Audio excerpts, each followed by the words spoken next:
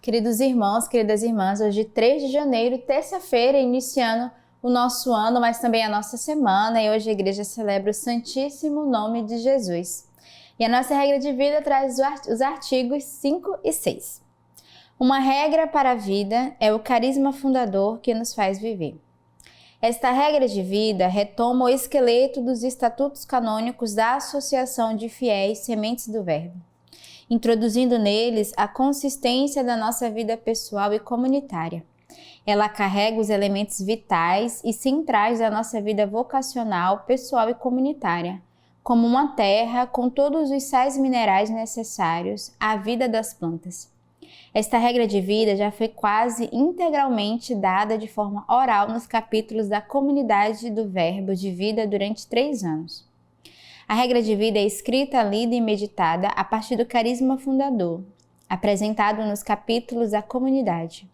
Os capítulos da comunidade Sementes do Verbo vão retomar, clarificar e concluir aquilo que outrora foi redigido. Trata-se de uma regra para a vida e não um jugo pesado sobre os ombros dos membros, motivo pelo qual Jesus censurava os fariseus. Com o carisma fundador é o que nos faz viver, acompanhando o nosso chamado profundo. Nós queremos guardar essa vida, nos ligar a ela e jamais perdê-la. O livro de vida resume o núcleo central e vital da nossa vida vocacional, pessoal e comunitária. São Paulo nos indica: a letra mata, mas o espírito comunica a vida. Se certas coisas da vida comunitária podem se tornar pesadas, podemos discernir 2 razões. Ou nós somos esmagados pelo nosso próprio homem velho, que é pesado e que demora em se converter, ou é a vida comunitária que é pesada para mim, quando ela não dilata o coração. Talvez seja porque não é feita para nós. Quando o irmão sufoca, perde a sua alegria, quando o seu entusiasmo o abandona e para de doar-se, e quando isso não se trata de uma provação, que é sempre passageira, então talvez seja o sinal de que ele não está no seu lugar e que a vida comunitária não é o seu caminho. E isso se discerne nas primeiras etapas de engajamento. Uma regra para uma vida de aliança e em crescimento. Nós só podemos viver e alcançar algo juntos se estamos de acordo com o que queremos viver, através de uma aliança e do respeito às suas regras. Ser comunitário é aceitar doar-se a Deus, ofertando-se a esse número restrito de irmãos e irmãs, que nós não escolhemos, mas que devem ter a preferência sobre todos os outros, fazendo assim de cada um de cada uma, um membro do corpo comunitário. Neste sentido, o carisma da nossa comunidade é como de uma mãe de família, que no silêncio e no segredo do seu amor e de sua casa, dá a sua vida àqueles a quem ela deu a vida. O monge religioso consagrado, assim como membro de uma comunidade de vida, é aquele que consente com uma regra de vida que ele mesmo não escreveu e que um outro se torna o garante e intérprete, o abade, o prior ou o pastor, ajudado pelo conselho dos irmãos, e isto em cada uma das casas.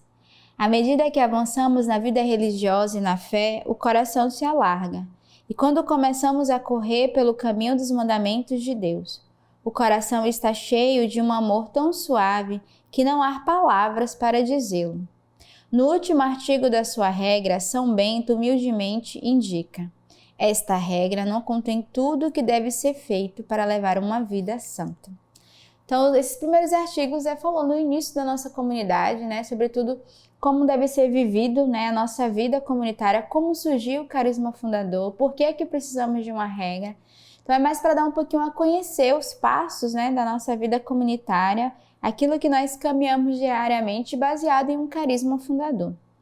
As leituras de hoje nos traz 1 João. Se sabeis que ele é justo, reconhecei que todo aquele que pratica a justiça nasceu dele. Vede que prova de amor nos deu o Pai. Sermos chamados filhos de Deus, e nós o somos. Se o mundo não nos conhece, é porque não o conheceu. Caríssimos, desde já somos filhos de Deus, mas o que nós seremos ainda se não manifestou? Sabemos que por ocasião desta manifestação seremos semelhantes a ele, porque o veremos tal como ele é. Todo que nele tem esta esperança purifica-se a si mesmo, como também ele é puro. Todo o que comete pecado comete também iniquidade, porque o pecado é a iniquidade. Mas sabeis que ele se manifestou para tirar os pecados, e nele não há pecado. Todo aquele que permanece nele não peca. Todo aquele que peca não viu nem o conheceu. Então, tão bela essa leitura de hoje, né, da primeira carta de São João, que a gente vê justamente essa relação de sermos filhos de Deus, né? E é muito bonito porque a maior prova de amor que Deus nos deu, né, que o Pai nos deu, é sermos chamados de filho. Filho de um Deus que é Pai, né? Filho de um Deus que conhece a cada um de nós. E é tão bonito porque ele reconhece a sua paternidade, mas também reconhece a filiação, quando nós aceitamos entrar nesse mistério de filiação de Deus. E que ele se manifesta a cada um de nós. E se não se manifestou porque nós ainda não fizemos a experiência de Deus Pai. E ao longo deste ano, a nossa comunidade vai viver a graça do Seminário de Vida no Espírito. E o primeiro tema é o amor do Pai. Todos nós precisamos fazer essa experiência do amor de Deus que é Pai, dessa filiação. E muitos de nós somos feridos na nossa história, na nossa filiação com o pai ou com a mãe. E afeta muitas vezes a nossa relação com Deus. E Deus quer restituir essas feridas, muitas vezes deixadas e marcadas ao longo da nossa história, se revelando como esse Pai bondoso, como esse Pai misericordioso e esse Pai que nos acolhe tal qual nós somos. E o salmo de hoje é o Salmo 97. Cantai ao Senhor um cântico novo, pois Ele fez maravilhas. Sua direita o salvou e seu braço santo. Os confins da terra contemplaram a salvação do nosso Deus. Aclamai ao Senhor, terra inteira, dai gritos de alegria. Tocai para o Senhor com a harpa e o som dos instrumentos, com trombetas e o som da corneta, aclamai ao Rei e Senhor. E o Evangelho de hoje de São João. No dia seguinte, vê Jesus aproximar-se dele e diz: Eis o Cordeiro de Deus que tira o pecado do mundo. Dele é que eu disse: depois de mim vem um homem que passou adiante de mim, porque existia antes de mim. Eu não o conhecia, mas para que ele fosse manifestado a Israel, vim batizar com água. E João deu testemunho dizendo: Vi o Espírito descer como uma pomba vinda do céu e permanecer sobre ele. Eu não o conhecia, mas aquele que me enviou para batizar com água disse-me: Aquele sobre quem vires o Espírito descer e permanecer é o que batiza com o Espírito Santo. Eu vi e dou testemunho que ele é o eleito de Deus. Então, o Evangelho de hoje é uma continuação de ontem, né, que falava de João, e João que veio para batizar. E o Evangelho de hoje vai dar continuidade a esse João que vem dar testemunho, mas que, sobretudo, esse homem que fez a experiência de poder batizar Jesus. Mas mais do que a experiência de batizar Jesus, é a experiência com o próprio Espírito Santo. E é tão bonito quando o Evangelho vai dizer: viu o Espírito descer como uma pomba vinda do céu e permanecer sobre ele. Nós sabemos que a graça do batismo é também uma graça não só de nos tornarmos filhos de Deus, mas recebermos o dom do Espírito Santo. E hoje a igreja nos convida a renovarmos o nosso batismo, a renovarmos o dom, a graça do Espírito Santo que repousou sobre cada um de nós, que repousa sobre cada um de nós, sobre os seus filhos eleitos e escolhidos. E hoje a igreja celebra, né, o Santíssimo Nome de Jesus, né, a oração de Jesus ou a invocação do nome de Jesus. É uma prece antiquíssima, cuja popularização contou com grande influência dos padres do deserto.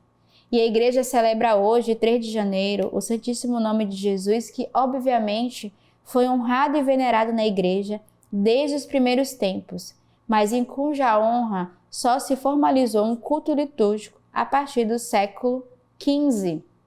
Então, peçamos hoje essa devoção, né, do Santíssimo Nome de Jesus, no qual nós devemos a cada dia aclamar esse nome que cura, que salva, que liberta. E a gente vê que o próprio nome de Jesus foi dado pelo céu em São Lucas no Evangelho, quando diz: completado que foram os 8 dias para ser circuncidado o menino, foi-lhe posto o nome de Jesus, como lhe tinha chamado o anjo antes de ser concebido no seio materno. Lucas 2, 21.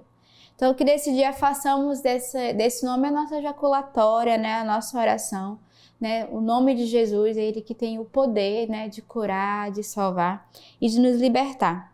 E a leitura patrística de hoje é sobre o Evangelho de São João de Santo Agostinho Bispo, o duplo preconceito da caridade. Veio o Senhor, mestre da caridade, cheio de caridade, cumprir prontamente a palavra sobre a terra. Como dele foi anunciado e sintetizou a lei e os profetas nos 2 preceitos da caridade. Recordai comigo, irmãos, quais são esses 2 preceitos. É preciso que o conheçais profundamente, de tal modo que não vos venha à mente só quando vos lembramos, mas os conserveis sempre bem gravados em vossos corações. Recordai-vos em todo momento de que devemos amar a Deus e ao próximo, a Deus de todo o nosso coração, de toda a nossa alma e de todo o nosso entendimento, e ao próximo como nós mesmos. Esses 2 preceitos devem ser sempre lembrados, meditados, conservados na memória, praticados e cumpridos. O amor de Deus ocupa o primeiro lugar na ordem dos preceitos, mas o amor do próximo ocupa o primeiro lugar na ordem da execução. Pois quem te deu esse duplo preceito do amor não podia ordenar-te amar primeiro ao próximo e depois a Deus, mas primeiramente a Deus e depois ao próximo. Então, nessa leitura patrística de hoje nos faz lembrar, o primeiro mandamento, amar a Deus sobre todas as coisas e amar o próximo como a si mesmo. Então, peçamos a graça hoje, nesse dia, de ter esse amor a Deus, mas também aos nossos irmãos, uns aos outros, aqueles que estão em nossa casa, no nosso trabalho. Essa deve ser a nossa lei, o nosso primeiro preceito que somos convidados é esse amor e essa caridade uns com os outros. Então, que Deus os abençoe ao longo deste dia e eu quero mais uma vez vos lembrar da importância da Lexio Divina, dessa leitura com a Palavra de Deus. Então, se você ainda não adquiriu a Lexio Divina, ainda há um momento, estamos no início do ano, você não só pode adquirir, como pode presentear outras pessoas. E é importante você ter a Lexio Divina nas suas mãos e acompanhando diariamente através do nosso canal YouTube, essa leitura orante da Palavra de Deus que nos convida a amar diariamente a Deus, amar aos irmãos e amar também a cada um de nós. Então, que Deus vos abençoe, um santo início de ano, um santo 2023.